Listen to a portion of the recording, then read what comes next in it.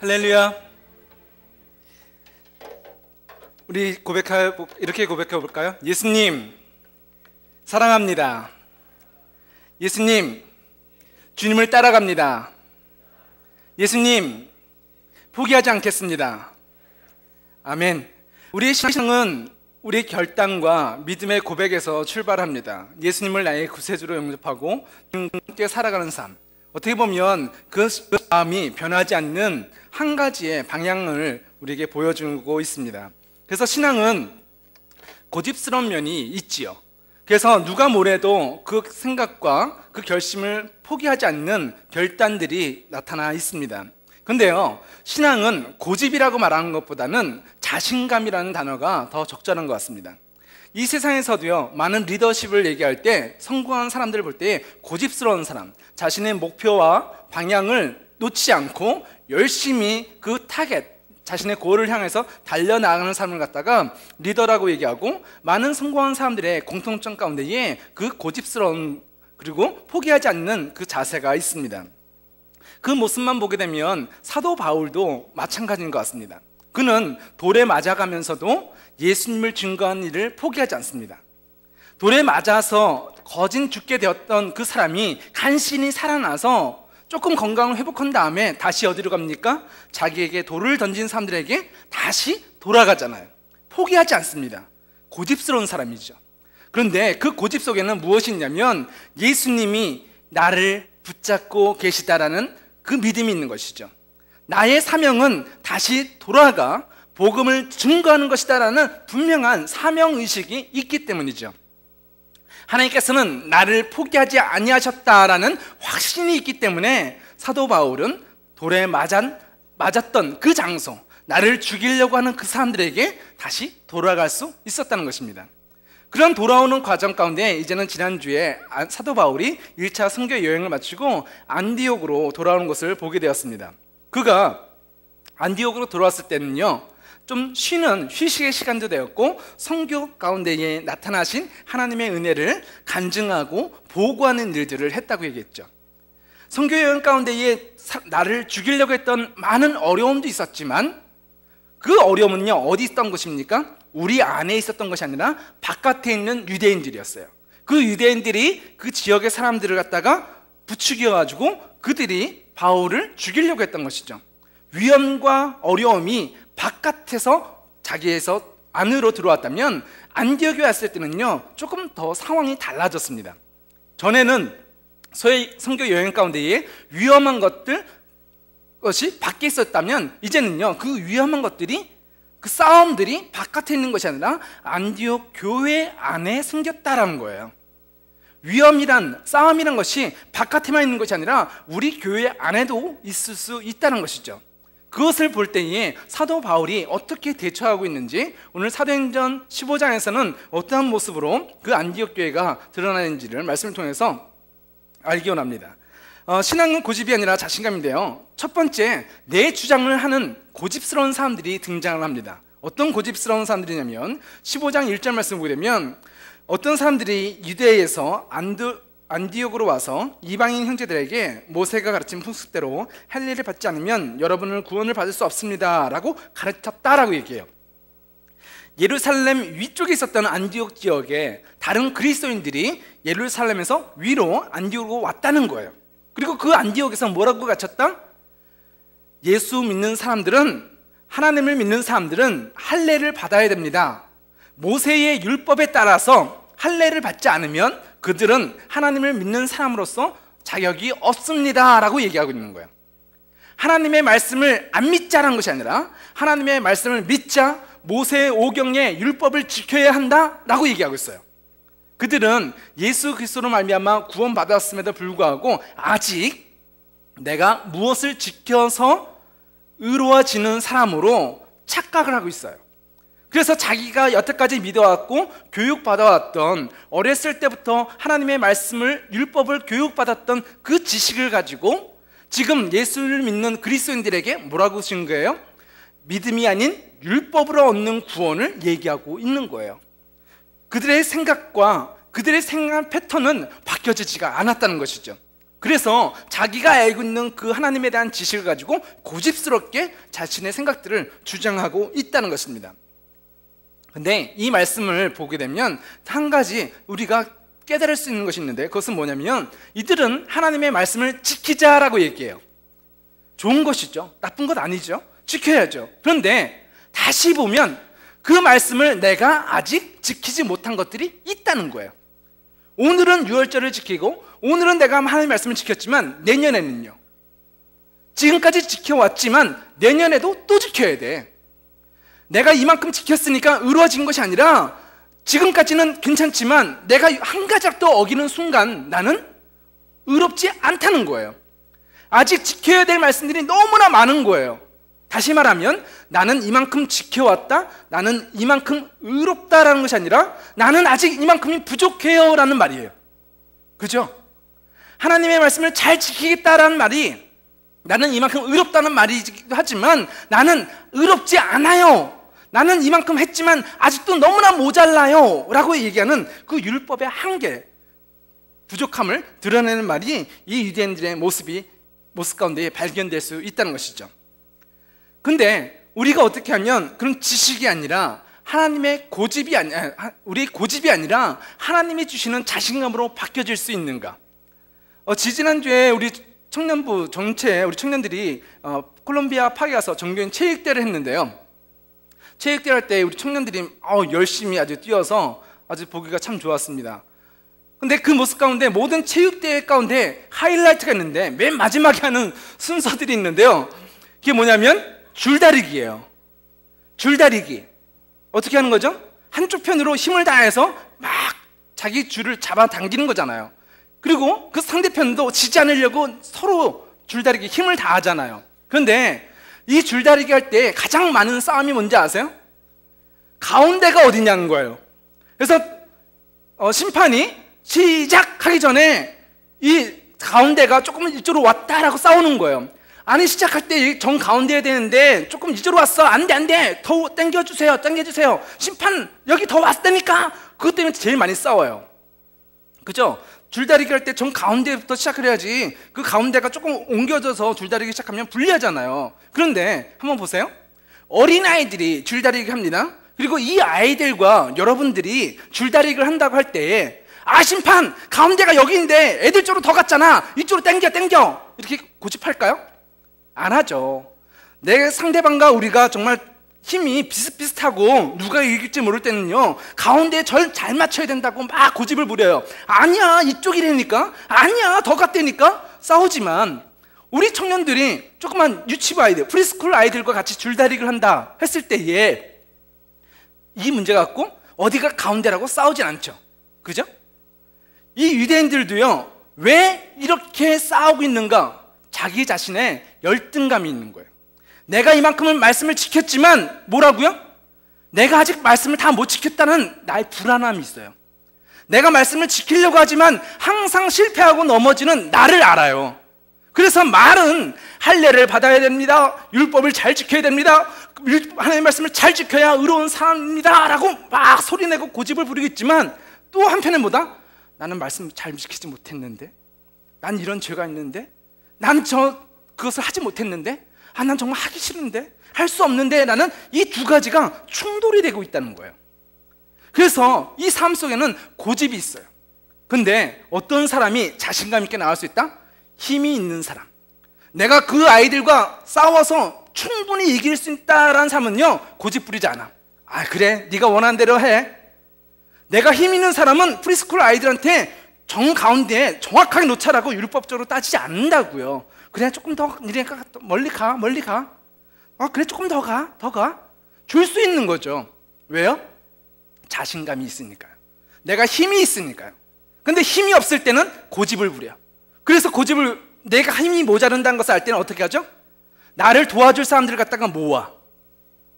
내가 힘이 부족하니까 나를 도와서 이 사람과 경쟁할 수 있도록 나를 돕는 사람들을 모아. 그래서 어떨 때는 밥을 사주기도 하고, 어떤 사람은 좋은 말로 설득하기도 하고, 어떨 때는 말로 아부하기도 해서 그 사람들은 나한테 내 편을 모아요. 내 편을 모았다는 것은 뭐죠? 갈라졌다는 거예요. 저 사람과 내가 갈라졌다는 거예요. 그리고 내가 이기려고 힘이 없으니까 다른 사람들을 내 편으로 모았다는 것은 하나가 되지 못하고 갈라졌다는 거예요. 유대인들의 모습이 이거죠. 내가 옳다고 여기는 것들, 내가 의롭다고 여기는 것들을 부족하니까 다른 사람들을 모아. 그래서 교회 안에서도 내 사람을 모으는 당을 지어서는 안 된다고 하는데도 하나님이 아닌 하나됨의 교회가 아니라 내 편을 모으는 싸움이 생기게 된다라고 얘기하고 있는 것입니다. 그것이 유대인들의 모습이에요. 고집스러운, 하나님을 믿지만 그 고집 가운데에 하나님을 잃어버리고 있는 유대인들의 모습이 있다는 것입니다. 나는 이만큼 안다라고 얘기하지만 나는 이만큼 모른다라는 것을 반증하는 그 모습이라고 얘기할 수 있는 것이죠. 그런데 자신감 있는 사람들은요, 어떤 모습으로 살까요? 힘이 있는 사람은 어떤 모습으로 살까요? 그 사람은요, 싸우지 않습니다. 힘이 있는 사람은 양보합니다. 그래, 네가 원하는 대로 하렴. 그래, 조금 더 갖고 가 라고 자신 있게 얘기할 수 있는 것이죠. 그 바울과 바나바는요, 그 자신감 때문에 어떤 모습으로 나아가냐면 교회에 순종했다라고 성경은 얘기하고 있어요. 15장 22절 말씀을 보게 되면 바울과 바나바와 그들 사이에 격렬한 충돌과 논쟁이 발생했습니다. 그리고 안디옥 교회는 바울과 바나바와 다른 몇 사람을 예루살렘으로 올라가게 해서 사도들과 장로들이 이 문제를 어떻게 생각하는지 알아보게 하였습니다 라고 얘기하고 있어요. 바울은 어떤 사람입니까? 돌에 맞으면서도 죽을 위험 속에서도 자신의 생각을, 복음을 포기하지 않았어요. 그죠? 누가 붙잡고 말려도 포기하지 않은 사람이 바울이에요. 죽으면서도 다시 그 위험한 곳으로 다시 돌아오는 것이 포기하지 않는 사람이 바울이에요. 근데 이 바울이 어떻게 했다고요? 그 싸움이 있었을 때에 이 할례를 받아야 된다는 사람들과 아니다, 믿음으로 구원받는다는 이 싸움이 있었을 때에 바울이 죽어도 포기하지 않았다? 아니요. 왠지 모르게 바울은요, 죽어라 싸우지 않아요. 자신의 생각을 갖다가 그냥 포기해요. 복음을 버린 걸까요? 아니에요. 바울이 교회 안에서는 주장하지 않아요. 교회 안에서는 고집을 부리지 않아요. 왜? 복음에 대한 확신이 있기 때문에. 교회 안에서는 바울은 싸우지 않았다는 거예요. 이방인들과 예수 그리스도를 알지 못한 세상과는 바울은 목숨을 걸고 싸웠지만, 포기하지 않았지만 교회 안에 들어와서는요, 싸우지 않아. 그래요? 당신들의 생각이 정말 맞는지 한번 우리 예루살렘 교회에 가서 그곳에 있는 장로들과 사도들의 이야기를 들어보도록 합시다 라고 얘기하는 거예요. 자기를 다 낮춰버리고 있다는 것이죠. 왜요? 자신감이 있으니까요. 복음에 대한 확신이 있으니까요. 성교의 열심으로나 신학적인 수준에서, 하나님의 말씀의 율법의 수준에서 그 당시에 가장 높은 수준의 사람이 누구냐면 바울이에요. 선교 여행을 가장 많이 한 사람이 누구야? 그 당시에 사도들보다 가장 많은 지역을 돌아다니면서 복음을 전거했고 복음을 전하다가 맞아 죽을 뻔한 사람이 사도 바울이에요. 지식으로나 신앙적인 열심으로나 자신의 어떤 인격으로나 가장 높은 레벨에 있으면서도 사람들에게 고집을 부리지 않는다는 거예요. 가장 높지만 바울은 가장 낮은 사람처럼, 아 그래요? 당신은 그렇게 생각하시는군요. 그러면 정말 하나님의 뜻이 무엇인지, 성경 말씀 가운데 어떤 것이 진리인지 우리 예루살렘에 가서 알아봅시다. 그래요, 저를 보내주세요. 제가 가서 그 사도들의 이야기를, 장로들의 이야기를 들어볼게요 라고 얘기하고 있는 거예요.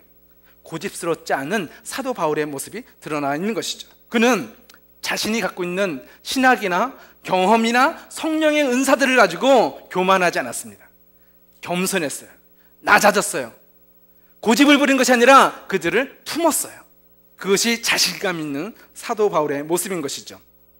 그들이 이제는 예루살렘에 내려가면서 이제는 하나님의 일들을 하는 것을 보게 되는데요. 두 번째, 그 자신감 있는 사람들은요, 어떤 사람이냐면 일하는 사람이 아니라 예수님과 함께하는 사람이라는 거예요.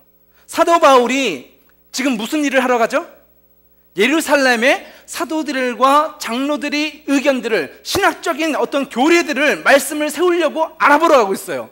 그들이 하는 일은 뭐다? 말씀을 알려고 하는 것이다. 지금의 문제를 해결하는 것이 사도 바울이 하는 일이에요. 근데 그가 내려가면서 무슨 일을 하냐면 그 길이 말씀을 알기 위해서 가는 것이 아니라 3절 말씀 보게 되면 전도 여행을 가는 것을 보게 돼요. 우리 작년에도 우리 수련회를 갔었는데, 여러분 수련회 가면 뭐가 제일 중요한 이슈인지 아세요? 우리 셀 리더들과 어떤 수련회를 준비할 때 제일 고민하는 것이 뭐냐면 프로그램이 아니에요. 강사분들도 연락이 돼서 쉽게 선택할 수 있는데 가장 고민하는 것이 뭐냐면 그 수련회 가운데에 방을 누구랑 쓰게 만드느냐. 이게 제일 고민되는 얘기예요. 왜냐하면 나랑 친하지 않는 사람들이랑 방을 배정해 놓으면 얘들이 싫어해. 그래서 나 집에 갈래 하는 애들도 있고요. 가기 전부터 나는 누구랑 같이 방 쓰게 해주세요 막 이렇게 얘기들이 들어오고요. 근데 또 교회를 잘 나오는 사람들끼리 묶어놓으면 교회를 처음 나온 형제자매들이 조금 뻘쭘하고 그렇다고 골고루 다 배정을 해놓으면 친하지 않으니까 애들이 안 좋아하는 거야. 그래서 가장 고민되는 게 뭐냐면 방을 어떻게 쓰느냐요. 그게 뭐죠? 그 이유가 뭐냐면 수련회는요 말씀의 축제잖아요. 너무나 즐거운 자리잖아요. 근데 그 방이 좁더라도 나랑 친한 사람이랑 같이 하고 싶대. 침대가 불편해서 침낭을 쓰더라도 나랑 친한 애랑 같이 밤새면서 이야기하고 떠들고 싶다는 거예요. 그게 뭐죠? 일하는 것보다, 편하게 자는 것보다 더 중요한 게 나랑 가까운 사람과 같이 있고 싶다는 거죠. 그리스도인들은 어떤 사람이냐면요, 하나님의 일을 열심히 하는 사람이 아니에요. 물론 열심히 합니다. 근데 열심히 일하는 것으로 만족하는 사람이 아니라 그리스도인들은 누구랑 있어야 돼? 예수님이랑 같이 있어야 돼. 내가 너무나 많은 일들을 했잖아요. 사도 바울이 선교 여행 가운데 많은 열매들이 있었잖아요. 그래서 내가 이런 열매들이 있어, 내가 이렇게 수많은 사람들에게 전도를 했고 내가 그들에게 하나님의 능력을 선포했어 라고 만족한 자가 아니라 사도 바울은요 어디를 가든지 예수님과 함께하는 사람이에요. 그래서 지금 그는 예루살렘에 하나님의 말씀을 부분하기 위하여 사도들과 장로들을 찾아가는 것이 일이지만 그가 3절 말씀 보면 무슨 일을 했다? 일하는 자가 아니라 그는 가는 곳마다 예수가 하나님의 아들이신 것과 그가 십자가에서 고난을 당하시고 부활하셔서 우리의 생명의 구주가 되셨다는 사실을 갖다가 선포하고 있어요. 그리고 그 사실을 선포할 때에 가는 곳곳마다 하나님께서 은사들을 허락하셨고 믿음을 주셨고 기적과 은혜들이 나타나니까 기쁨이 넘쳤다라고 얘기하고 있는 거예요. 사도 바울이 하는 일 뭐죠? 복음을 전하는 것. 그리고 지금은 어디로 간다? 예루살렘에 가서 그들에게 사도들과 장로들에게 말씀을 구분하고 다시 그 사실을 갖고 와서 안디옥에서 신학적인 정리를 하는 것이 그가 할 일이에요. 그런데 그는 일하는 자가 아니라 가는 곳마다 무엇을 했다? 예수를 전했다. 예수님과 함께 했다. 예수님과 함께 있음으로 말미암아 기뻐했다라고 얘기하고 있는 거예요. 가장 좋은 호텔에 있지만 여러분 혼자 있다면 재밌을까요? 가장 좋은 여행지를 갖고 아름다운 곳을 방문했는데 여러분 혼자 덜렁 있는 거야. 재밌을까요? 가장 맛있는 음식이 있는데 여러분 혼자 먹어. 딴 사람들은 다 친구들이랑 와서 먹는데 나 혼자 그냥 뻘쭘하게 이렇게 먹어. 재밌을까요? 물론 맛있겠죠. 그런데 그 가장 아름다운 장소에 누가 있어야 되냐면 내 사랑하는 주님이 계셔야 된다는 거예요. 가장 힘들고 어렵지만 그곳에 주님이 계실 때에 사도 바울은 뭐라고 얘기해요? 여기가 천국입니다 라고 고백하는 거예요. 신앙은 무엇이다? 세상에 좋고 즐겁고 행복한 것들이 있기 때문에 할렐루야 하는 삶이 아니라 좋거나 나쁘거나 죽음의 위협 가운데서도 주님이 함께 나와 계신다는 사실 때문에 찬양이 끊이지 않는 사람, 그 사람이 그리스도인이에요. 사도 바울은 내가 일하러 가야지, 일해야지, 하나님의 일을 해야지, 율법을 지켜야지, 그것으로서 기뻐하는 자가 아니라 가는 곳마다 예수님 아세요? 예수님이 우리를 위하여 십자가에 죽으시고 다시 부활하셨어요. 그분을 믿으세요. 그분을 믿으세요. 그분이 당신의 주인이십니다 라고 예수님을 붙잡는 자가 바로 사도 바울이라고 얘기하고 있는 것입니다. 우리 삶 속에 짜증이 있습니까? 왜 짜증이 있을까요? 예수님이 빠져 있을 때 짜증이 나를 사로잡고 있는 거예요. 내 삶 속에 아픔과 절망이 있습니까? 왜 절망이 있을까요? 예수님이 빠져 있으니까 그곳에서 불평과 불만이 있는 거예요. 좋은 것이 있고 내가 원하던 차를 샀고 내가 원하던 사람이 생겼고 내가 원하던 학교에 갔는데 행복하세요? 어느 정도는 행복하겠죠. 근데 시간이 지나다 보면 하루 이틀 지나다 보면 거기가 거기예요. 근데 그 좋은 학교에 다니는 학생들이 왜 자살을 하죠? 그 좋은 집에 사는 재벌들이 왜 자살을 하죠? 그 인생 가운데에 예수님이 빠져있기 때문이라는 것이죠. 예수님이 빠져 있으니까 절망이에요. 예수님이 빠져 있으니까 자신감이 없어요. 내가 어떻게 살아야 될지를 몰라요. 그러나 어떤 상황 가운데서도 주님이 나와 함께 계시면 사도 바울은 할렐루야를 외치면서 나가는 것이죠. 내가 하는 일 가운데에 일이 중심이 아니라, 일이 목적이 아니라 예수님을 붙잡고 나아가니까 가는 곳마다 무엇을 얘기해? 예수 그리스도. 그래서 상징적으로 옆 사람을 툭 한번 쳐보세요. 옆 사람 한번 옆구리 한번 찔러보세요. 뭐라고 하나요? 찔렀을 때에 우리가 해야 될 것이 있는데 예수님이라고 얘기해야 돼요. 그리스도인들은요, 찌르면 예수님이 튀어나와야 돼요. 찌르면 아야! 왜 찔러? 이게 아니에요. 그리스도인들은 예수로 충만한 사람이에요. 그래서 내가 무슨 일을 하든지 찌르면 예수님, 찌르면 할렐루야! 그게 그리스도인이라고 얘기하고 있는 거예요. 사도 바울이 그것이잖아요. 사도 바울은 돌에 맞으면서도 하나님을 외쳐요. 돌에 맞으면서도 예수님을 외쳐요. 내가 일을 하면서도 예수님을 외쳐요. 내가 교회 안에 있으면서도 찬양하면서 예수님을 외치는 사람이 바로 바울이라고 얘기하고 있는 것이죠. 그가 예수님과 함께하기 때문에 그는 자신감이 넘치는 사람이에요. 고집스러운 삶이 아니라 예수님 때문에 자신감 넘치는 사람이 바로 사도 바울인 것입니다. 그리스도인들의 모습, 예수님으로 인하여 자신감이 넘치는 여러분이 되시기를 예수님의 이름으로 축원드립니다. 세 번째, 자신감 있는 사람은 어떤 사람이냐면, 자신감 있는 사람은 하나 되려고 애쓰는 사람이에요. 자신감이 없는 사람은 어떻게 한다고 얘기했죠? 내 편을 만들려고 한다고 했잖아요. 내가 부족하니까 이 사람을 이기려면 나를 도와주는 다른 사람들이 있어야 된다고 얘기했잖아요. 그래서 내 편을 만들려고 했잖아요. 그래서 싸워서 정치적으로, 경제적으로 이 유대인들이 자신을 공격할 때에 나를 도와줄 다른 유대인들을 모으고, 이 사람들보다 우리가 숫자가 더 많으면 내 생각이 통과가 되는 거잖아요. 내 생각이 지는 것이 아니라 이기려면 더 많은 사람들을 모아야 되잖아요. 근데 그런 모습 가운데에 교회가 갈라진다고요. 근데 사도 바울은 어떻게 했는지 보십시오. 15장 16절 말씀을 보면, 6절 말씀을 한번 찾아보십시오. 사도행전 15장 6절 말씀을 보게 되면, 사도들과 장로들이 이 문제를 의논하러 모였습니다 라고 얘기하고 있어요. 이제 사도 바울과 바나바가 안디옥에서 예루살렘으로 내려왔습니다. 그리고 자신들에게 일어난 일들을 그 예루살렘 교회에 선포했어요. 그래서 사람들이 많이 기뻐했죠. 아, 하나님께서, 예수님께서 그런 은혜를 주셨군요. 예수님께서 그런 역사를 베풀어 주셨군요. 아, 할렐루야, 감사합니다 라고 얘기했는데, 거기 있는 유대인들도 또 무슨 문제를 들고 나온다? 그래도 이스라엘 민족들은 모세의 율법을 지켜야 됩니다. 모세의 율법 가운데에 모세는 할례를 받으라고 했는데, 그래도 할례를 받아야죠. 여기 안디옥에서도 싸움이 있었는데 이 예루살렘에 내려왔는데도 거기서도 또 싸움이 있는 거예요. 그때 사도 바울과 바나바는 사도들과 장로들이 이 문제를 위하여 의논하도록 함께 모였다라고 얘기해요. 내가 힘이 약하면 어떻게 해야 된다고요? 내 편을 더 만들어서 싸워야 된다고 얘기했잖아요. 그죠? 싸운다는 것은 갈라진 거잖아요. 그런데 바울은요, 내 편을 만들지 않아요. 사도들 앞에 나아갑니다. 장로들 앞에 나아갑니다. 그래서 그들과 마음을 모아서 하나님의 말씀이 무엇인지를 구분하고 그들과 함께 사랑하면서 하나님의 말씀 앞에 온전히 서려고 노력한 사람이 사도 바울이란 거예요. 내 편을 만드는 사람은 고집스러운 사람이에요. 근데 하나가 되려고 하는 사람은 어떤 사람이다? 자신감 있는 사람, 복음에 대하여 확신 있는 사람.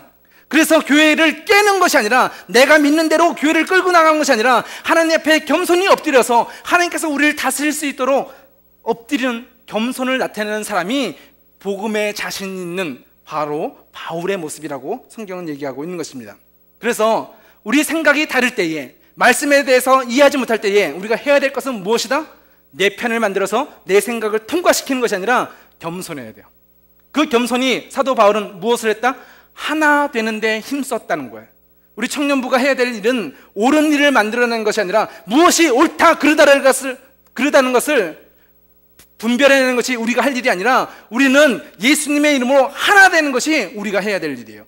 그래서 교회는 하나 되는 영, 성령으로 하나 되어야 되는 것이고, 우리 형제 자매들이 너와 내가 달라, 자신의 고집을 나타내는 자질이 아니라 복음으로서 하나 되시기를 예수님의 이름으로 축원합니다. 세 번째, 마지막 결론으로서 사도 바울과 바나바가 가진 이 자신감은 어디에서 오는 걸까요? 그들이 갖고 있는 이 자신감이 어디서 오는지를 발견해야지 저와 여러분도 그 자신감을 가질 수가 있지 않을까요? 첫 번째, 베드로는요, 어떻게 자신감이 있는 사람인가? 내가 직접 보았기 때문에, 그것을 내 눈으로 확인했기 때문에, 복음의 증인이기 때문에 자신이 있어요. 책을 보고 아, 이렇구나 라는 것을 아는 사람과 직접 거기에 가본 사람과 어떤 사람이 자신감이 있을까요? 책으로만 연애를 배운 사람과 내가 직접 내가 좋아하는 사람이 생겨보고 싸워보기도 하고 그 사람과 좋은 감정을 갖고 한 사람과 어떤 사람이 더 자신감 있게 얘기할까요? 책을 보고 읽은 사람이 아니라, 지식이 있는 사람이 아니라 직접 경험해 본 사람이죠.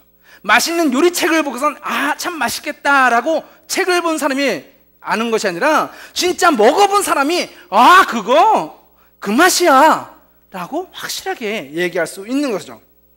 사도행전 15장 9절 말씀 보게 되면 베드로가 이렇게 고백합니다. 하나님께서는 우리와 이방인들을 차별하지 않으셨습니다. 하나님께서는 그들의 믿음을 보시고 그들의 마음을 깨끗하게 하셨습니다 라고 얘기하고 있어요. 베드로가 분명하게 선포하고 있어요. 내가 봤어라는 거죠.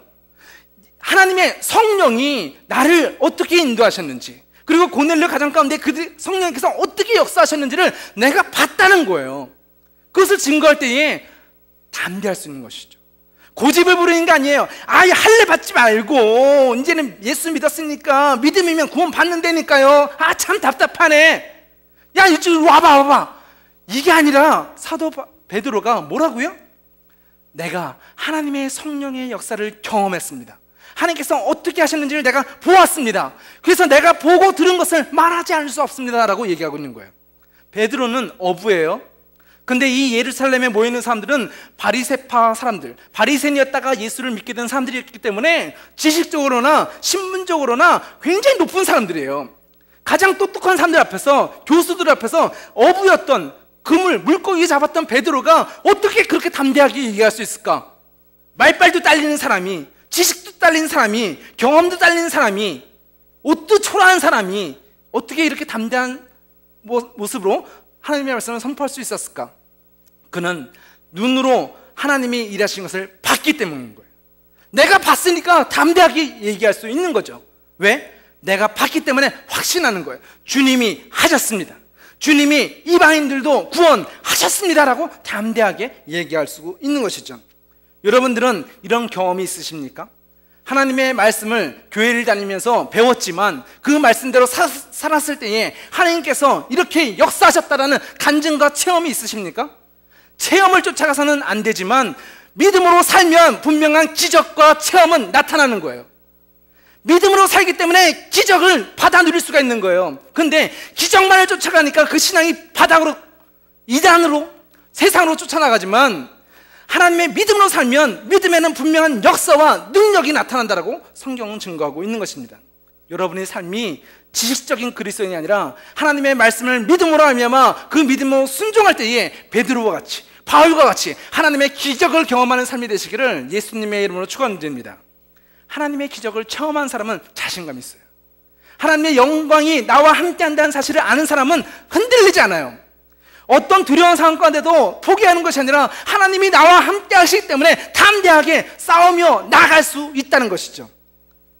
두 번째, 사도 베드로는요, 성령의 체험을 경험했기 때문에 그는 자신감 있게 하나님의 말씀을 증거할 수 있었습니다.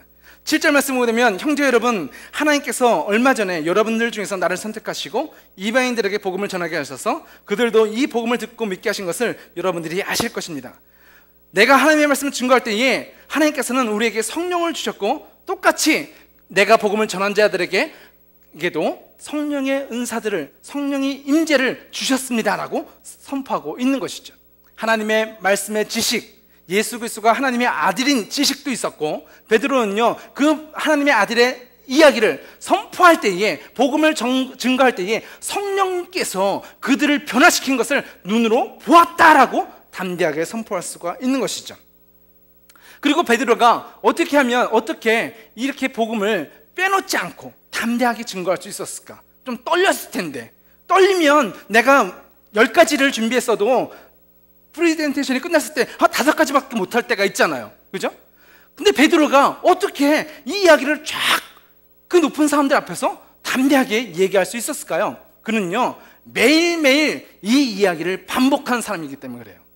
하나님을 만난 체험도 있지만 복음을 가끔 가다가 1년에 한 번, 가끔 가다가 누가 굳이 물어보면 마지못해서 하는 사람이라면요, 복음을 어떻게 전해야 될지를 몰라요. 그런데 매일매일 만난 사람마다 내가 어떻게 예수를 만나게 되었는지, 예수님이 이 땅에서 어떤 일을 하셨는지, 그리고 예수를 믿는 사람에게는 어떠한 축복과 어떠한 은혜가 주어졌는지를 매일매일 말하는 사람은요, 있지 않아.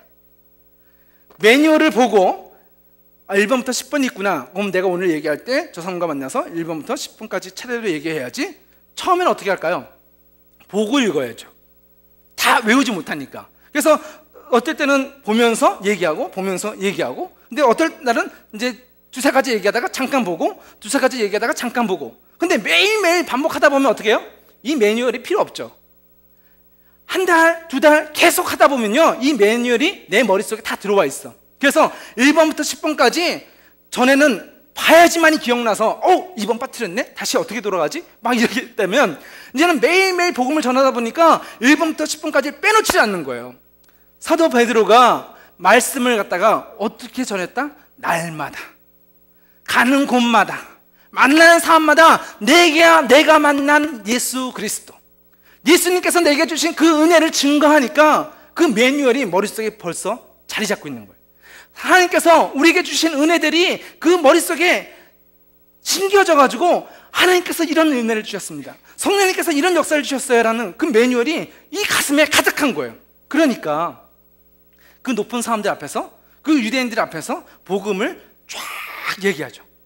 그가 담대하게 얘기했을 때에 사도 베드로가 그 유대인들에게 이렇게 묻습니다. 그런데 지금 여러분들은 어찌하여 우리 조상들이나 우리나 모두 지을 수 없었던 짐을 이방인 신자들에게 지워서 하나님을 시험하려 하십니까? 라고 얘기하고 있어요. 이건 뭐냐면 율법을 우리가 항상 지켜왔지만 다 지키지 못했지 않습니까? 그리고 이 율법을 지금까지 지켜왔지만 또 지켜야 되잖아요. 근데 이 무거운 짐을 왜 유대인이 아닌 이방인에게도 똑같이 지으려고 하십니까? 라고 얘기하고 있어요.